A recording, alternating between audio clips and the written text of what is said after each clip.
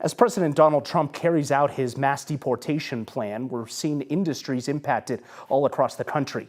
New data shows that impact is already being felt here in Colorado as well. Here's our Angelique McCall. I'm going to Springfield and I'm going to Aurora.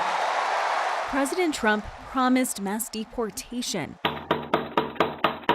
Police! Since taking office, we've seen increased ICE raids and operations and policy changes revoking legal status for immigrants.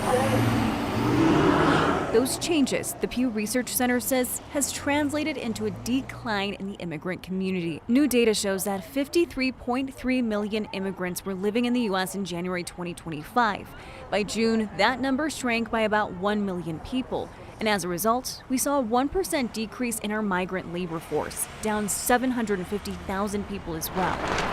This comes after the Pew Research Center says in 2023, there was a historic peak of unauthorized immigrants living in the United States, roughly 14 million in 2023. Here in Colorado, that number was 200,000, still significant, but not nearly as high as other states like Texas and California.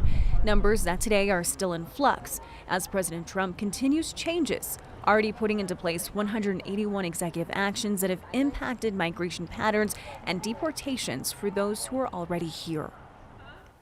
As you heard, Colorado has about 200,000 unauthorized immigrants living here in the state, but that number was actually higher back in the mid-2000s, then it declined, and now we did start to see it rise again and then also dip in the last 6 months. Angeline, there are certain parts of the labor market that are impacted more, things like construction, for example.